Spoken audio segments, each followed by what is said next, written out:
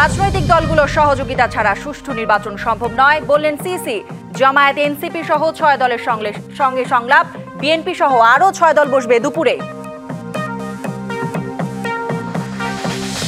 জাতীয় নির্বাচন উৎসবমুখর ও আনন্দময় করতে সেনাবাহিনীর সহায়তা দরকার বললেন প্রধান উপদেষ্টা। সাংবাদিক জামাল খাশোগির হত্যাকাণ্ড সম্পর্কে জানতেন না সৌদি যুবরাজ সালমান, ট্রাম্পের মন্তব্যে নতুন করে বিতর্ক। 15ই ডিসেম্বরের মধ্যে শেষ হবে বহুল আলোচিত আশুলিয়ায় 6 মরদেহ পোড়ানো মামলার বিচার। 23তম সাক্ষীর সাক্ষ্য গ্রহণ শেষে এমনটাই জানিয়েছেন প্রসিকিউটর মিজানুল ইসলাম। আসামি পক্ষ এ মামলায় কোনো সাফাই সাক্ষী দিচ্ছে না বলেও জানান তিনি। এদিন রাজসাক্ষী হিসেবে সাবেক এসআই শেখ আফজালুল হক আদালতে তার জবানবন্দি দেন। বর্ণনা দেন লোমহর্ষক সেই ঘটনার, ক্ষমা চান শহীদ পরিবার ও ট্রাইব্যুনালের কাছে। 5ই আগস্ট 2024 আশুলিয়ায় 6 জনকে পোড়াবার দৃশ্য এটি। রাষ্ট্রপক্ষের দাবি ছিল 6 জনের একজন তখনও জীবিত ছিলেন। ওই ঘটনা সামাজিক যোগাযোগ মাধ্যমে ছড়িয়ে পড়লে দেশ জুড়ে ওঠে সমালোচনার ঝড়। সরকার পরিবর্তনের পর রোমহর্ষক সেই হত্যাযজ্ঞের বিচার শুরু হয় আন্তর্জাতিক অপরাধ ট্রাইব্যুনালে। সাভারের সাবেক এমপি সাইফুল ইসলাম সহ আসামি করা হয় 16 জনকে। বুধবার আলোচিত এই মামলায় সাক্ষ্য দেন ওই সময়ে সাভার থানায় নিয়োজিত এসআই শেখ আফজালুল হক। রাষ্ট্রপক্ষের 23তম সাক্ষী এবং রাজসাক্ষী হিসেবে তুলে ধরেন সেদিনকার ঘটনা। হত্যার ঘটনার বর্ণনা দিয়েছেন যে উনি যখন শেখ হাসিনা পালিয়ে যান, এই খবরটা পাওয়ার পরে ওসি সাহেব বাইরে ডিউটিতে ছিলেন, উনার নির্দেশে বিশ্বজিৎ, এএসআই এবং অন্য কয়েকজন যারা অন্য ইউনিট থেকে আসছে তারা গুলি করেছে। উনি লাশ পোড়ানোর ঘটনা দেখেননি, উনি এটা পরবর্তীতে সহসাই চাঞ্চল্যকর এই মামলার বিচার শেষ হবে বলে জানান প্রসিকিউটর। এখন পর্যন্ত আমাদের কাছে প্রাপ্ত তথ্য অনুযায়ী ডিফেন্স কোনো সাফাই সাক্ষী দিচ্ছেন না। কাজেই আমরা আশা করছি যদি অনারেবল ট্রাইব্যুনাল ডিফেন্সে কোনো আবেদনের প্রেক্ষিতে সাফাই সাক্ষীর আবেদন মঞ্জুর না করেন, তাহলে আগামী মাসের 15 তারিখের মধ্যে এই মামলা যুক্তিতর্ক শেষ হবে। এ মামলায় এখন পর্যন্ত আসামি পক্ষ থেকে কোনো সাফাই সাক্ষী দেওয়া হয়নি এবং 8 আসামি এখনও পলাতক রয়েছেন বলে জানান মিজানুল ইসলাম। Afrin Anwar, DBC news, Dhaka. সবার সহযোগিতা ছাড়া অবাধ সুষ্ঠু নির্বাচন করা সম্ভব নয় আবারও জানালেন প্রধান নির্বাচন কমিশনার এএমএম নাসির উদ্দিন। ভোটারদের আস্থা ফেরাতে রাজনৈতিক দলগুলোকে দায়িত্বশীল ভূমিকা পালনেরও আহ্বান জানান তিনি। রাজনৈতিক দলের সাথে ধারাবাহিক সংলাপে তিনি কথা বলেন। সভায় নির্বাচনের আগেই আচরণবিধি মানা হচ্ছে না বলে কমিশনে নালিশ করেন দলগুলোর প্রতিনিধিরা।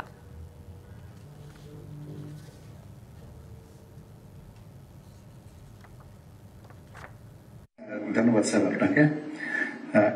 নির্বাচনের দিনক্ষণ ঘোষণা না হলেও ত্রয়োদশ জাতীয় সংসদ নির্বাচন আয়োজন নিয়ে মাঠের প্রস্তুতিতে ব্যস্ত নির্বাচন কমিশন। বুধবারও রাজনৈতিক দলের সাথে সংলাপে ছিল সেই তৎপরতার চিত্র। তিনি 6 মাসের কারাদণ্ড। নির্বাচন ভবনে চতুর্থ দিনের প্রথম ভাগের সংলাপে যোগ দেয় জামায়াত, এনসিপি, গণসংহতি আন্দোলন সহ 6টি রাজনৈতিক দল। স্বাগত বক্তব্যে প্রধান নির্বাচন কমিশনার বলেন, সুন্দর নির্বাচনের জন্য আচরণবিধি খুবই গুরুত্বপূর্ণ। পাশাপাশি ভোটারদের আস্থা ফেরাতে রাজনৈতিক দলের সহযোগিতা চান তিনি।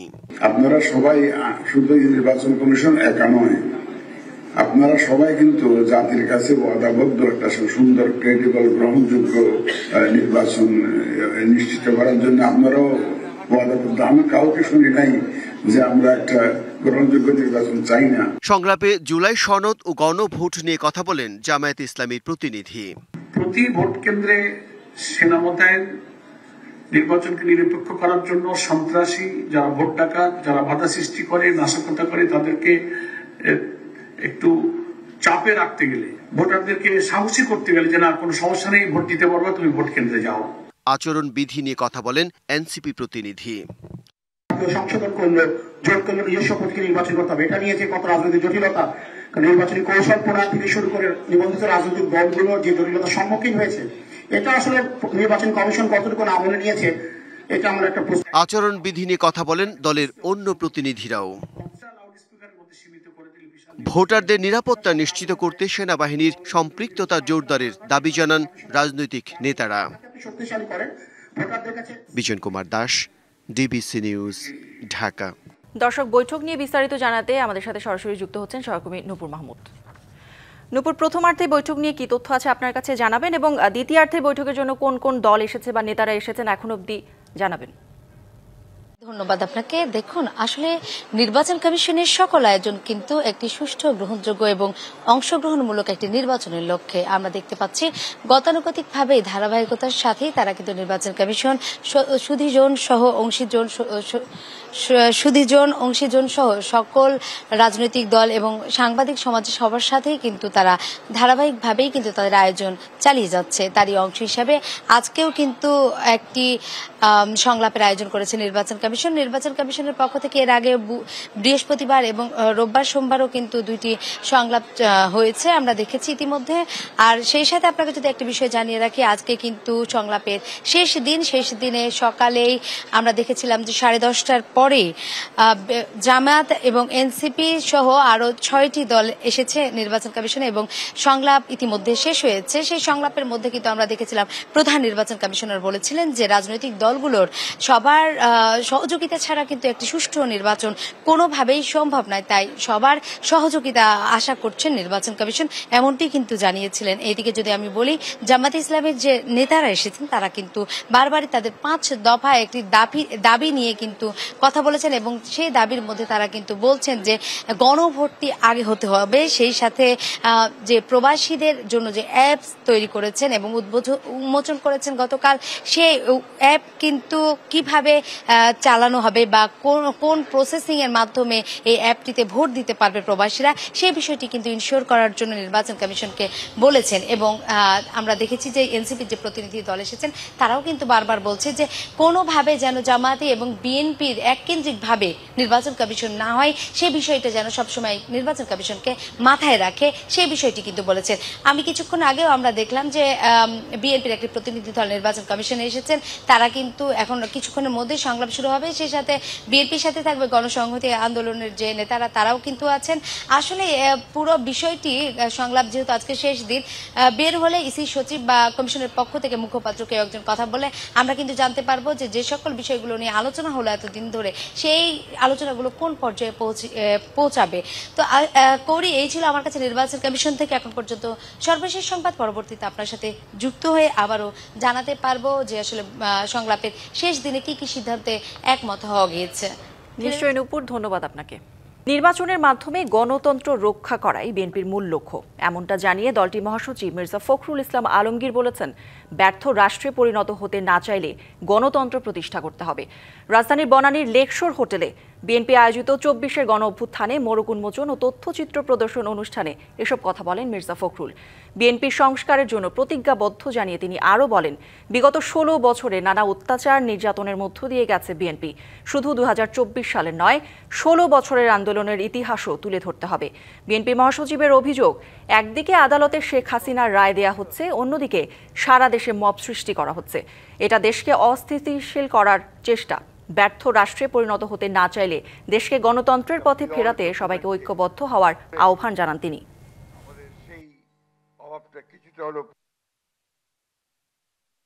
সকল মত সবখানে একসাথে আমরা একটা রেইনবো স্টেট নির্মাণ করতে চাই, এটা আমাদের ঘোষিত নীতি। We are committed two reforms, আমরা কিন্তু রিফর্মে অর্থাৎ সংস্কারের জন্য আমরা কমিটেড। সুতরাং এইখানে আমাদেরকে ভিন্নভাবে যদি কেউ চিত্রিত করতে চায়, আমরা কিছুতেই সেটাকে মেনে নেব না। আসন্ন জাতীয় নির্বাচন শান্তিপূর্ণ, উৎসবমুখর ও আনন্দময় করে তুলতে সেনাবাহিনীর সহায়তা চাইলেন প্রধান উপদেষ্টা ডক্টর মোহাম্মদ ইউনূস। দুপুরে মিরপুর সেনানিবাসে ডিফেন্স সার্ভিস কমান্ড ও স্টাফ কলেজ অডিটোরিয়ামে আয়োজিত গ্র্যাজুয়েশন সনদ বিতরণ অনুষ্ঠানে তিনি এই কথা বলেন। অনুষ্ঠানে বাংলাদেশ সহ 24টি দেশের সামরিক বাহিনীর তরুণ অফিসারদের মধ্যে সনদ তুলে দেন প্রধান উপদেষ্টা।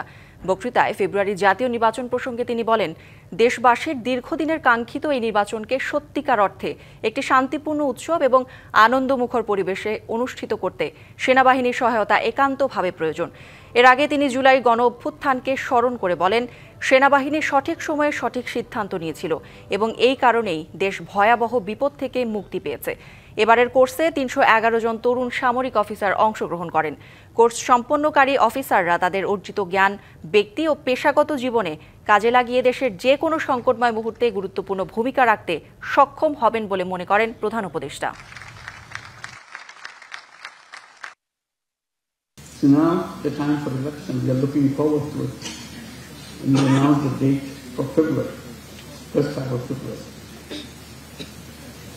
Again, we need the support from our armed forces, from our police, and law enforcement agencies, all types. Because it is a big undertaking coming from an uprising, moving to an election. It is a peaceful kind of celebration. বিজয় দিবসের অনুষ্ঠান ঘিরে নাশকতার কোনো শঙ্কা নেই। সব ধরনের প্রস্তুতি নিয়ে রেখেছে আইন শৃঙ্খলা বাহিনী। আর গতবারের মতো 16 ডিসেম্বর হবে না বিজয় দিবসের প্যারেড। স্বরাষ্ট্র উপদেষ্টা জাহাঙ্গীর আলম চৌধুরী সচিবালয়ে এসব তথ্য দিয়েছেন। এছাড়া ডিবির হাতে এক সাংবাদিকের আটকের ঘটনাটি তিনি জানেন না বলেও মন্তব্য করেন। রায় দেওয়ার পরে কোনো রকমের অস্থিরতা সৃষ্টি হয় নাই এবং বিজয় দিবসেও কোনো রকমের অস্থিরতার কোনো সম্ভাবনা নাই। কোনো পরিবর্তন আছে কিনা কর্মসূচির ক্ষেত্রে? কোনো কর্মসূচিও কোনো ধরনের পরিবর্তন নাই। সব কর্মসূচি আগেও যেভাবে হয়েছে এখনো একইভাবে হবে, বরঞ্চ আগের থেকে আরো বেশি হবে। শুধু গতবারও আমাদের প্যারেড হয় নাই, এবারও আমাদের প্যারেডটা হচ্ছে। ফেব্রুয়ারিতে ত্রয়োদশ জাতীয় সংসদ নির্বাচন। সারা দেশ প্রস্তুত হচ্ছে একটি অবাধ, সুষ্ঠু ও গ্রহণযোগ্য নির্বাচনের জন্য। কি ভাবছেন সাধারণ মানুষ থেকে শুরু করে আগামীর জনপ্রতিনিধিরা? সে কথা জানাতে ডিবিসি নিউজের ইলেকশন এক্সপ্রেস ছুটে যাচ্ছে সব সংসদীয় আসনে। এখন আছে সংসদীয় আসন 126 ঝালকাঠি 2-এ। স্বাগত সিএসআরএম ডিবিসি ইলেকশন এক্সপ্রেসে। আমরা এখন রয়েছি ঝালকাঠি 2 আসনে। এই আসনটি ঝালকাঠি সদর এবং নলছিটি উপজেলা নিয়ে গঠিত। এখানে বাংলাদেশ জামায়াত ইসলাম কর্তৃক মনোনীত প্রার্থী ঢাকা মহানগর উত্তরের সিনিয়র সহসভাপতি শেখ নিয়ামুল করিম, তিনি আজকে আমাদের মাঝে অতিথি হিসেবে উপস্থিত রয়েছেন। স্বাগত আপনাকে। ধন্যবাদ আপনাকে ডিবিসি এক্সপ্রেস। আমরা দেখেছি যে আপনারা ভোটারদের কাছে যাচ্ছেন, কি ধরনের সাড়া পাচ্ছেন, তারা কি প্রত্যাশা করছেন? জি অবশ্যই, ভোটারদের কাছে যথেষ্ট পরিমাণে সাড়া পাচ্ছি এবং ভোটাররা চাচ্ছে যে তাদের পক্ষে কাজ করবে, এলাকার উন্নয়নে কাজ করবে, সৎ এবং যোগ্য হবে, যিনি ভোটারদের সমস্যা সমাধানে তাদের পাশে পাবে, এরকম প্রার্থী ভোটাররা চাচ্ছে। আপনি নিজেকে সৎ এবং যোগ্য মনে করছেন তাদের জন্য? আমি অবশ্যই সেই ক্ষেত্রে সৎ এবং যোগ্য মনে করছি এবং ভোটারদের যে সাড়া পাচ্ছি তাতে মনে করছি যে ভোটাররা যেমনটা চাচ্ছে আমি হয়তো তাদের সেই প্রত্যাশা এবং প্রাপ্তির সাথে ব্যবধান কমিয়ে এনে আমি তাদের সাথে প্রত্যাশার সাথে মিলে আমি তাদের সাথে কাজ করতে পারছি। কি কি সংকট দূরীকরণে আপনারা এই এলাকার উন্নয়নের স্বার্থে কি কি কাজ করবেন? দেখুন, ঝালকাঠি একটি অনুন্নত একটি জনপদ। এটা প্রাচীন একটা বাণিজ্য কেন্দ্র, নদীবন্দর, এবং নলছিটিও একটি ঢাকার পরে বাংলাদেশের দ্বিতীয় পৌরসভা হচ্ছে নলছিটি, এবং ঝালকাঠিও অত্যন্ত প্রাচীন জনপদ।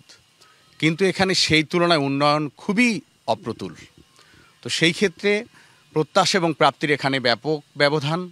এখানে যাতায়াত ব্যবস্থা এখনও যথেষ্ট অনুন্নত রয়েছে, শিক্ষা চিকিৎসার ক্ষেত্রে অনগ্রসরতা রয়েছে। এই সকল ক্ষেত্রে আমি প্রত্যাশা করি যে এই সকল ক্ষেত্রে আমি কাঙ্ক্ষিত ভূমিকা রাখতে পারবো এবং এখানে স্বাভাবিক চিকিৎসার ক্ষেত্রে যতটুকু প্রত্যাশা তার ন্যূনতমটুকু এখানে হচ্ছে না, শুধু একটা রেফার করে দেয়া হয় এই ঢাকা অথবা বরিশালে।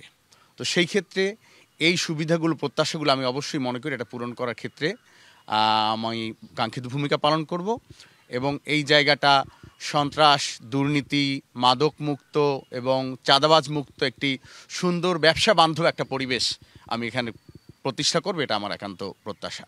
আচ্ছা, সকালে প্রধান নির্বাচন কমিশনার বলেছেন যে সুষ্ঠু নির্বাচনের জন্য সুন্দর আচরণ প্রস্তুত প্রয়োজনের পাশাপাশি প্রতিপালন দরকার।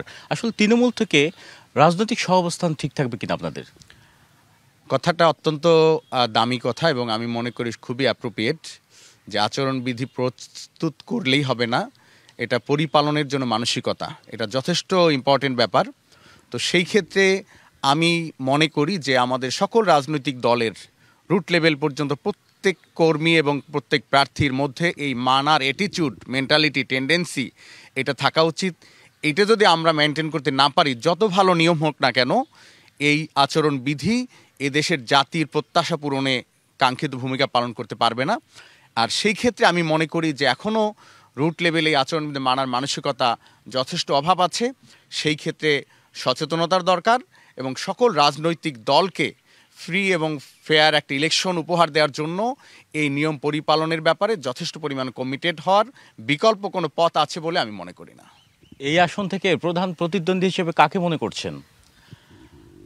আমি মনে করছি যে আসলে এই আসনটা ইতিপূর্বে জাতীয়তাবাদী দলের পক্ষ থেকে এবং জামাত যেহেতু একত্রিত ছিল, সেই হিসেবে ইতিপূর্বে জামাত এবং বিএনপি সমর্থিত প্রার্থী বিজয়ী হয়েছে যখন ফেয়ার ইলেকশন হয়েছে।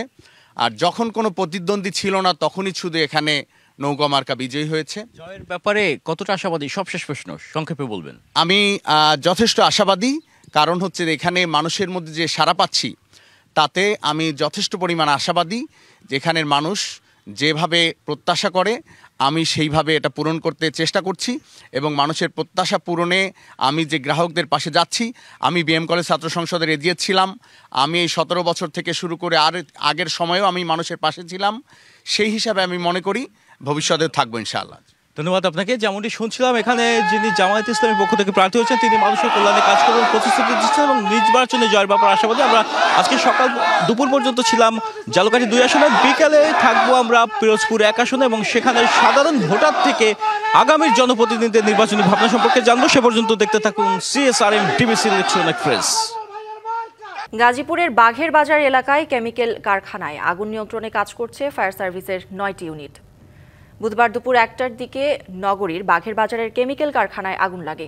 মুহূর্তে আগুন চারপাশে ছড়িয়ে পড়ে। খবর পেয়ে ফায়ার সার্ভিসের এক এক করে 9টি ইউনিট আগুন নিয়ন্ত্রণে যোগ দেয়। এখনও আগুন নিয়ন্ত্রণে আসেনি। তাৎক্ষণিকভাবে আগুন লাগার কারণ ও ক্ষয়ক্ষতির পরিমাণ জানা যায়নি। সিরাজগঞ্জের পৌর এলাকার হোসেনপুর ও মালসাপাড়া 2 মহল্লার মধ্যে সংঘর্ষের ঘটনা ঘটেছে। মঙ্গলবার সন্ধ্যার পর থেকে রাত 9টা পর্যন্ত 2 মহল্লার সীমান্তবর্তী এলাকা কাটা ওয়াবদা মোড়ে চলে এই সংঘর্ষ। এ সময় সাউন্ড বক্সে উচ্চ স্বরে বাজনা বাজিয়ে ও ডিজে লাইট জ্বালিয়ে কয়েক ঘণ্টা ব্যাপী চলে এই সংঘর্ষে আহত হয়েছে বেশ কয়েকজন। পুলিশ জানায়, গত মাসে হোসেনপুর দক্ষিণ পাড়া সরকারি প্রাথমিক বিদ্যালয় মাঠে হোসেনপুর ও মালসাপাড়া 2 মহল্লার মধ্যে ফুটবল খেলাকে কেন্দ্র করে কাটাকাটি হয়। এর রেশ ধরে গত 14ই নভেম্বর আবারও কথা কাটাকাটির এক পর্যায়ে হাতাহাতি হয় হোসেনপুর এলাকার সুমন হোসেনের সাথে মালসাপাড়ার মহল্লার মুসা আহমেদের। এরপর থেকেই 2 মহল্লার মধ্যে মাঝে মধ্যেই সংঘর্ষের ঘটনা ঘটছে। গতরাতে হঠাৎ করেই সাউন্ডবক্স ও সার্চ লাইট জ্বালিয়ে সংঘর্ষে জড়ায় 2 মহল্লাবাসী। পরে পুলিশ ও সেনাবাহিনীর চেষ্টায় সংঘর্ষ নিয়ন্ত্রণে আসে। মধ্যপ্রাচ্যের কূটনীতি, বিশ্বশক্তির স্বার্থ আর ভবিষ্যতের জোট সবকিছুর কেন্দ্রবিন্দুতে এখন ওয়াশিংটন। হোয়াইট হাউসে সৌদি যুবরাজ মোহাম্মদ বিন সালমানের অভূতপূর্ব অভ্যর্থনা আর প্রেসিডেন্ট ডোনাল্ড ট্রাম্পের সঙ্গে ঘণ্টাব্যাপী আলোচনায় উঠে এসেছে প্রতিরক্ষা, শান্তি, কূটনীতি ও $1 ট্রিলিয়ন বিনিয়োগের নতুন অধ্যায়। পরিবর্তনশীল ভূ রাজনীতির এই সময়টায় 2 দেশের এই বৈঠক শুধু প্রোটোকল নয়, বরং ইঙ্গিত দিচ্ছে মধ্যপ্রাচ্যের ভবিষ্যৎ মানচিত্রে আসতে থাকা অনেক পরিবর্তনের। সৌদি যুবরাজের যুক্তরাষ্ট্র সফর ঘিরে অন্যরকম হাওয়া বইছে বিশ্ব রাজনীতিতে। তার কিছু নিদর্শন ফুটে উঠল স্থানীয় সময় মঙ্গলবার হোয়াইট হাউসে যুবরাজ সালমানকে দেওয়া মার্কিন প্রেসিডেন্ট ডোনাল্ড ট্রাম্পের রাজস্বিক অভ্যর্থনায়। লাল গালিচা, সামরিক ব্যান্ড, ঘোড়সওয়াল বাহিনী আর আকাশযানে দৃষ্টিনন্দন প্রদর্শন ছিল সেই উষ্ণ অভ্যর্থনায়। তারপর চলে ঘণ্টাব্যাপী 2 নেতার বৈঠক। সেখানে প্রতিরক্ষা, বিনিয়োগ, আঞ্চলিক উত্তেজনা ও ভবিষ্যৎ দুনিয়ার রাজনীতির বিষয়ে উঠে আসে। পারস্পরিক সম্পর্ক, রাজনীতির বাইরে তেল সমৃদ্ধ মরুর দেশ সৌদি আরব দুনিয়ার সবচেয়ে ধনী দেশ যুক্তরাষ্ট্রের বাণিজ্যের বিষয়ে গুরুত্ব পায় বৈঠকে। এদিকে ব্ল্যাক টাই ডিনারের সময় ট্রাম্প ঘোষণা করেন সৌদি আরব সামরিক জোট ন্যাটোর বাইরের প্রধান মিত্র, আর এর ফলে উন্নত মার্কিন অস্ত্র ও সামরিক সহায়তা পাওয়ার ক্ষেত্রে সৌদির সুবিধা বাড়বে। that we're taking our military cooperation to even greater heights. Saudi আরবকে আনুষ্ঠানিকভাবে একটি প্রধান নন ন্যাটো মিত্র হিসেবে মনোনীত করে আমরা সামরিক সহযোগিতাকে আরো উচ্চতায় নিয়ে যাচ্ছি, যা খুবই গুরুত্বপূর্ণ। এছাড়া বৈঠকে কয়েকটি চুক্তি সইয়ের পাশাপাশি যুক্তরাষ্ট্রে বিনিয়োগ বাড়াতে $1 লাখ কোটি বিনিয়োগের ঘোষণা দিয়েছেন সৌদি যুবরাজ। যুক্তরাষ্ট্রে বিনিয়োগ বাড়ানোর সুযোগ করে দেওয়ার জন্য সৌদি আরবের পক্ষ থেকে আপনাকে ধন্যবাদ জানাচ্ছি। আর আমরা যেহেতু বন্ধু, তাই ভবিষ্যতে এই বিনিয়োগ আরও বাড়বে। এদিকে হোয়াইট হাউসে আয়োজিত ট্রাম্পের নৈশভোজেও রূপ নেয় বিশ্ব শক্তি আর তারকার মিলন মেলায়। টেসলার প্রধান নির্বাহী কর্মকর্তা ইলন মাস্ক, পর্তুগালের ফুটবল তারকা ক্রিশ্চিয়ানো রোনালদো, ফিফা সভাপতি জিয়ান্নি ইনফান্তিনো সহ যুক্তরাষ্ট্রের প্রভাবশালী ব্যক্তিবর্গরা এই নৈশভোজে উপস্থিত ছিলেন। তবে এই গুরুত্বপূর্ণ আনন্দ সফরে সৌদি যুবরাজকে ঘিরে নতুন করে ফিরে এসেছে পুরনো বিতর্ক।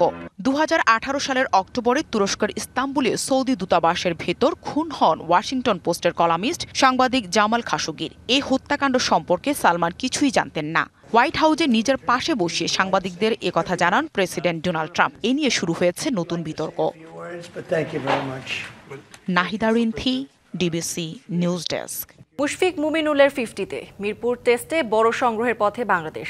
আয়ারল্যান্ডের বিপক্ষে টস জিতে ব্যাটিংয়ে এখন পর্যন্ত টাইগারদের সংগ্রহ 4 উইকেটে 214 রান। বাংলাদেশ আয়ারল্যান্ড দ্বিতীয় টেস্ট নিয়ে সবশেষ তথ্য জানাতে মিরপুর স্টেডিয়াম থেকে যুক্ত হচ্ছেন সহকর্মী শাহান পাপন। পাপন, টেস্ট ঘিরে এখন পর্যন্ত কি তথ্য আছে আপনার কাছে জানাবেন? আসলে টেস্ট ঘিরে এই মুহূর্তে যে তথ্যটা দিতে পারি সেটা হচ্ছে মিরপুরের উইকেট, সেটা সবসময় আসলে অনেকটাই দুর্বোধ্য হয়ে থাকে। আমরা প্রথম ইনিংসে প্রথম সেশনে যেটা দেখেছিলাম যে 100 রানের জন্য বাংলাদেশকে 3 উইকেট হারাতে হয়েছিল। দ্বিতীয় সেশনে ঠিক সেই 31 ওভারের মধ্যে বাংলাদেশ খেললো 92 রানের একটা সেশন পার করলো, সেখানে কিন্তু কোনো উইকেট যায়নি। অর্থাৎ মুশফিক এবং মুমিনুল তারা 107 রানের পার্টনারশিপ করলেন, চতুর্থ উইকেট পার্টনারশিপ। সেখানে আমরা যেটা দেখতে পেলাম যে দুজনেই কিন্তু আসলে 50 পেলেন। 24তম 50 পেলেন মুমিনুল হক এবং 28তম 50 পেলেন মুশফিকুর রহিম। এরপরেই ছন্দপতন। তৃতীয় সেশন যেটা শুরু হলো তার শুরুতেই কিন্তু আসলে মুমিনুল হক ফিরে গেছেন। কারণ ওই একটাই, এখানে যেভাবে ব্যাটসম্যানরা খেলছে, বল একটু ধীরে আসছে, দেখে শুনে খেললে সেটা আসলে মানে সেভ করা যায়, নিজেকে সেভ করে আসলে খেলা যায়, সেটা কিন্তু তারাই আসলে প্রমাণ করেছেন। দুর্ভাগ্যবশত মুমিনুল হক যে সুইপটা খেলতে গিয়েছিলেন সেটা আসলে উঠে যায় এবং কিপার সেটা লুফে নেয়। এবং সেখানেই বলছিলাম যে আসলে মুমিনুল হক যেভাবে খেলছিলেন, মানে সবাই কিন্তু আশা করছিল, প্রত্যাশা করছিল যে একটা সেঞ্চুরির দিকেই হয়তোবা মুমিনুল হক আগাচ্ছেন, কিন্তু শেষ পর্যন্ত সেটা হয়নি। মুমিনুল হক চলে গেছেন, কিন্তু মুশফিকুর রহিম আছেন, যে ইতিহাস তিনি আজকে গড়েছেন, অর্থাৎ শততম টেস্ট খেলতে নেমেছেন এবং সেটা অর্ধেকটা তিনি পার করেছেন। যে সেঞ্চুরিটা প্রত্যাশা করা হচ্ছে, বাকিটা নির্বিঘ্নে পার করবেন, সেটাই কিন্তু এখন আসলে প্রত্যাশা। লিটন দাস এসেছেন এবং তিনিও কিন্তু বেশ ভালো খেলে থাকেন টেস্টে এবং ফর্মে আছেন তিনি, সুতরাং বলাই যায় ভালো একটা দিন পার করবে বাংলাদেশ। যদিও এখনো পর্যন্ত যে উইকেটগুলো গেছে সেগুলো আসলে অপূরণীয় ক্ষতি বাংলাদেশের জন্য। কৌরি। পাপন, ধন্যবাদ আপনাকে।